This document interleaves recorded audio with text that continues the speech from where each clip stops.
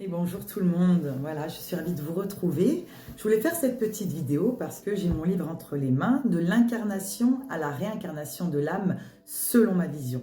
Bien entendu, c'est ma vision, mes perceptions à moi. C'est vraiment le cheminement de l'âme avant, pendant et après son incarnation. Qu'est-ce qui se passe pour l'âme?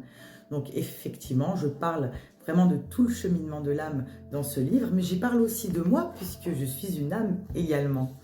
Alors j'ai ouvert un passage de mon livre, un petit peu au hasard, et puis donc je voulais vous lire un petit extrait pour que vous puissiez avoir une petite idée de ce que parle mon livre. Vous pouvez le trouver sur Amazon.fr. Alors voici un petit extrait que j'ai choisi. Voici donc un passage de mon livre. Nous allons venir sur un point, parce qu'en général, on parle des autres, comme étant des déclencheurs ou des enseignants pour notre évolution. Il est tout à fait possible qu'on soit, sans le vouloir, nous aussi, un catalyseur, voire une épreuve pour une autre âme.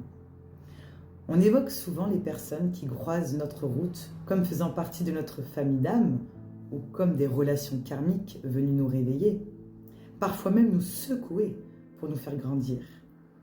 Mais si ces personnes sont parfois toxiques pour nous, qu'en est-il de notre rôle dans leur parcours à elles ? Et si nous étions, nous aussi, l'épreuve de quelqu'un? Nous voulons tous croire que nous sommes la lumière dans la vie des gens, mais la vérité, c'est que nous sommes tous, à un moment donné, le con de quelqu'un. Pardon pour l'expression. L'âme ne cherche pas à être parfaite. Elle cherche à apprendre et parfois, c'est dans les malentendus, les douleurs partagées ou les départs brutaux que se joue le plus grand apprentissage.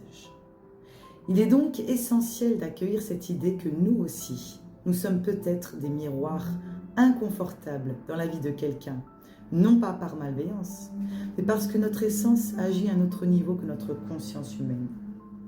Dans le langage spirituel, on entend souvent « Cette personne est entrée dans ma vie pour me faire évoluer. Elle a été toxique, mais je devais passer par là. Elle n'était pas de ma famille d'âme, c'était une relation karmique difficile. » Ces phrases sont devenues presque des réflexes, des tentatives de compréhension des liens qui nous blessent. Pourtant, une dimension est souvent trop mise de côté. Et si nous aussi avions été l'élément déclencheur du chaos intérieur de quelqu'un d'autre? Il est plus simple d'accepter l'idée que les autres ont été nécessaires à notre évolution que de reconnaître que nous aussi, à travers nos propres blessures, nos réactions, nos silences ou nos décisions, avons pu impacter l'autre. Non pas parce que nous sommes de mauvaises personnes, mais parce que l'âme agit souvent inconsciemment, bien au-delà de notre volonté humaine.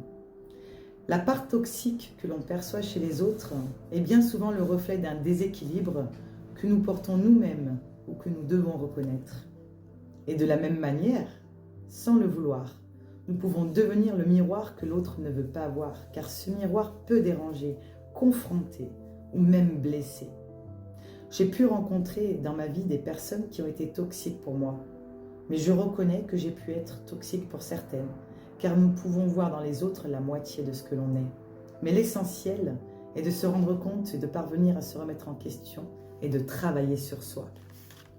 Voilà, c'était un petit passage, donc je vous invite à vous connecter sur www.amazon.fr. Vous y trouverez mon livre de l'incarnation à la réincarnation de l'âme selon ma vision par Audrey Watt Medium. Merci à tous.